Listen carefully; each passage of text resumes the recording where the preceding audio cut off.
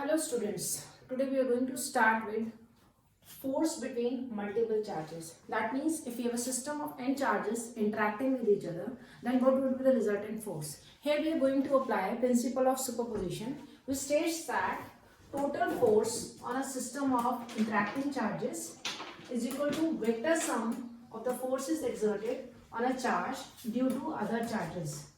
Let's suppose if I want to calculate a total force on charge Q0, which is kept at distance R0 from the origin.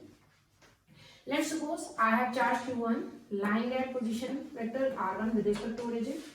If these are like charges, then Q1 will exert a repulsive force on Q0, that is F01, which will be repelling it in this direction acting on the line joining the two charges. That means F01 represents the force on Q0 due to charge Q1. Similarly, if I have another charge Q2 at position vector R2 with respect to origin, then Q2 will repel Q0 along this line. This represents F02 force on Q0 due to Q2. Now, if I want the resultant of these two forces, what we will do? We will be completing the parallelogram. Then the resultant will be given by the diagonal of the parallelogram here. So if I have a system of n charges, net force on charge Q0 will be given by F01 plus F02 plus so on up to F0n. Now if you apply Coulomb's law, we get F0 will be given by 1 upon 4 pi epsilon naught. It's Q01. It will be Q0 into Q1 upon R01 square into unit vector. Now this force acts in this direction. The unit vector is R10. R10. So I can write here R10 also. It's one and the same thing. Because magnitude of R10 and R01 is same. Similarly, F02 will be given by 1 upon 4 pi epsilon naught. Q0, Q2 upon R20 square into R20 unit vector and so on. I can write this as this 1 upon 4 pi epsilon naught is common. Q0 is common. Summation I going from 1 to n. Qi Ri naught unit vector upon Ri naught square. This is how we can calculate the resultant of a number of forces acting on a single charge. Now let's solve one numerical based on this concept. Consider three charges Q1, Q2 and Q3, each equal to Q at the vertices of an equilateral triangle of side L. Now this is an equilateral triangle ABC. We have three charges Q1, Q2, Q3, each of magnitude Q, lying at these points. What is the force on a charge capital Q, the same sign as smaller q, placed at the centroid of the triangle? Now if I join these three centroids, let's suppose it meets at point O. Capital Q is lying here. Now we calculate the net force on capital Q. That will be, let's suppose, force on capital Q due to charge lying at point A. That means force at point O due to charge at point A will be given by 1 upon 4 pi epsilon naught capital Q into small q upon the distance between them is AO ka square into AO unit vector. Let's suppose it's noted by vector F1. Similarly, total force on point O due to point B is 1 upon 4 pi epsilon naught small q capital Q into BO square upon BO square into BO unit vector. This is vector F2. Similarly, FOC will be given by 1 upon 4 pi epsilon naught small q capital Q upon CO whole square into CO unit vector. Let's suppose this is F3. Now this force is repelling this force, it's acting in this direction. Similarly, the force due to charge at point A is acting in downward direction. Force due to charge at point C is acting in this direction. So we have three forces, F1, F2, F3, each inclined at an angle of 120 degree. And the magnitude of OA is equal to OB and that of OC are each equal to X. Or I can write it as these form the sides of an equilateral triangle. So the resultant is equal to 0. So if we want to find out total force acting at point O, that will be given by vector sum of FOA plus FOB plus FOC.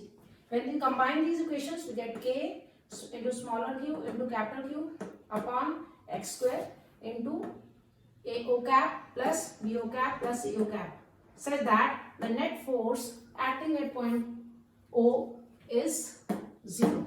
This is how we apply the concept of force between multiple charges. Next, we introduce the concept of electric field. Basically, electric field means, suppose I am standing in this room and a student enters this room. He or she needs to take some permission from me. That means he is entering my region of electric field, and if I like him or her, I will let him or her inside, come inside the room. That means there is some force of attraction. If I say no, then the child feels repelled, he will go out. So electric field is said to exist at a point if a force of electrical origin is exerted on a stationary charged body at that point. That means a stationary charged body kept at some point experiences a force of attraction or repulsion because of the source charge present there. That means, coming back to the previous example, when I am standing here, I am the source charge, and the charge particle that is taking the permission at the gate or the door, that acts as the test charge, or we can be denoted by the symbol capital E with an arrow over it. This represents electric field or electric field intensity. Intensity means how strong is the electric field or what is its magnitude. Basically, it can also be defined as force experienced by unit positive charge. So mathematically, it's given by E is equal to F by Q naught, where Q naught is the test charge. Now, if I substitute another point here, I write limit Q naught approaches 0. Now, what is the significance of this limit Q naught approaches 0? The reason is the magnitude of this test charge should be so small, or it should be vanishingly small, such that its electric field does not interfere with the magnitude of electric field of source charge. Otherwise, this value will not be accurate. Or I can elaborate it like this. Suppose this is the source charge. This is our source charge. Our test charge Q naught is lying at point P, and the distance between the two is, let's say, distance R. And unit vector R cap, this is point O, let's say, is acting in this direction. Now the electric field will be due to this charge. If I calculate the force acting at point P, force at point P will be given by 1 upon 4 pi epsilon naught Q into Q naught upon R square into unit vector R cap. Electric field will be given by F upon Q naught, or it will be given by 1 upon 4 pi epsilon naught Q upon R square into R cap. In case if this charge, the magnitude of this charge is not small, then it will have its own electric field which will interact with the electric field of this charge. So there has to be a limit Q naught approaches 0, and this question has been asked in board in 1 marker questions. And now what should be the units of electric field? Electric field is F upon Q naught. The unit of force is Newton, charge is Coulomb, so the unit of electric field is Newton per Coulomb. And let's find out its dimensions also. Dimensions of force are ml t minus 2, and charge is in coulombs, and coulomb is represented by we have I is equal to Q upon T, so Q is equal to I into T, so we get the dimensions of Q are, current is in amperes, time is in T, so we get m L T minus 2 upon A into T, or I can write it as m L T raised to minus 3 A raised to minus 1. So this is the dimension of electric field intensity. Let's solve one numerical from the NCERT. An electron falls through a distance of 1.5 centimeter in a uniform electric field of magnitude 2 into 10 raised to power minus 4 Newton per Coulomb. Now let's suppose this is the region in which electric field is acting. Positive charge here with negative charge here. The direction of electric field is from positive charge to negative charge, so it will be acting in upward direction. According to question, the electron is falling in the downward direction since it's being attracted by the positive terminal here. The direction of field is reversed in the second case, keeping its magnitude unchanged, and a proton falls through the same distance. Compute the fall in each case. That means we need to calculate the time taken by the electron to cover this distance, and this distance is given to be 1.5 centimeter. So we use the equation S is equal to ut plus half at square. U is 0, so this term goes. We are left with half at square is equal to S. Now A represents the acceleration. Acceleration is given by force by unit mass. Force is Q into E upon M.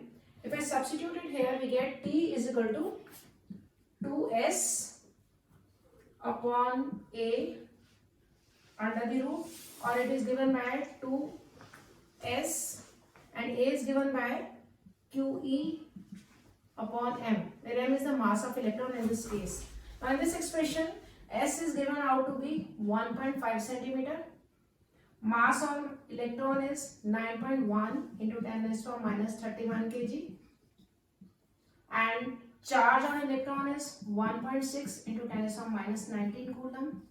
And the value of electric field is 2 into 10 raised to minus 4 Newton per coulomb. Substituting the various values, the time comes out to be in the range of 2.9 into 10 raised to minus 9 seconds.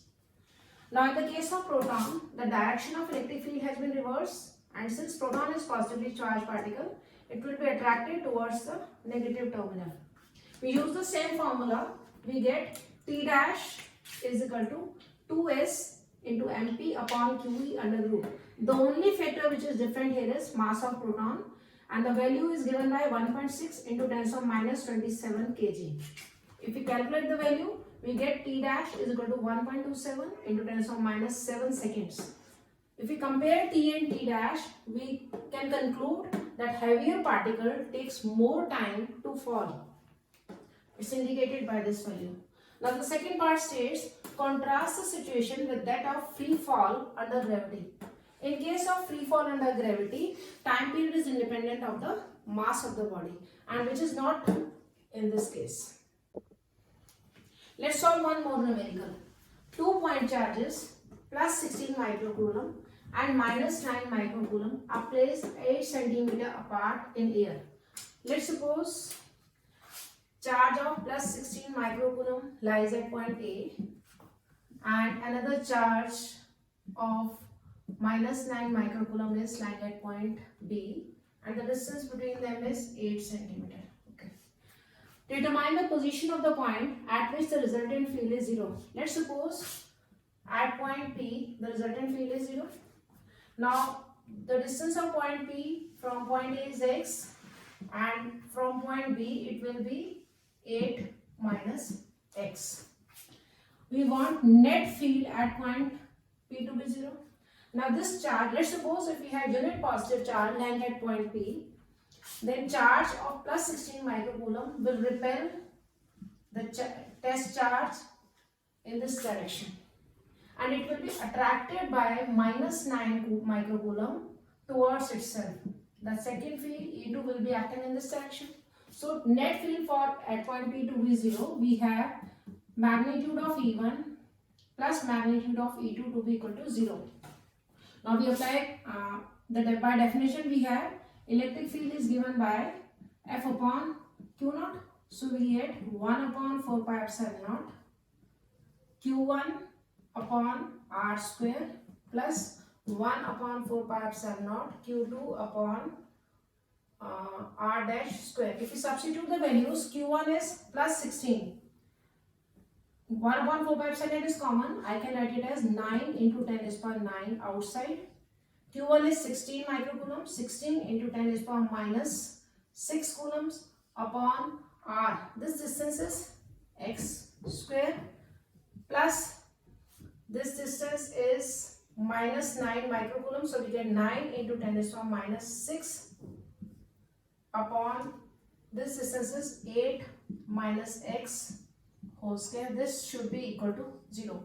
If we solve this expression, the value of x comes out to be equal to either 32 or 32.7 centimeters. Now if we look at these two values, for x to be 32 centimeter means the point P is lying outside the system. Now let's analyze this situation. This is point A, this is point B. Let's suppose if it lies here.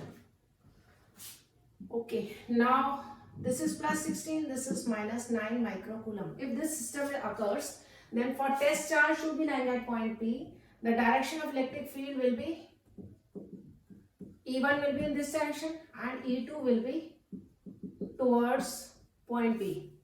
So that means this value of x is equal to 32 works, because in this case the net field at point P will be 0 only if these two fields are acting in opposite direction. Now let's take the second case when x is equal to 32 pi upon 7 centimeter. That means the point P lies somewhere in between A and B. So the situation will be like this in this case. A here, B here, point P here. This is positive charge. It will repel the unit positive charge in this direction. E1 will be here. And this is negative charge. It will attract. That means E2 will be here, which is not possible. For electric field to be 0 at point P, these two fields cannot act in the same direction. So the value of x as 32 centimeter is valid. So we neglect this value as 32 by 7 centimeter.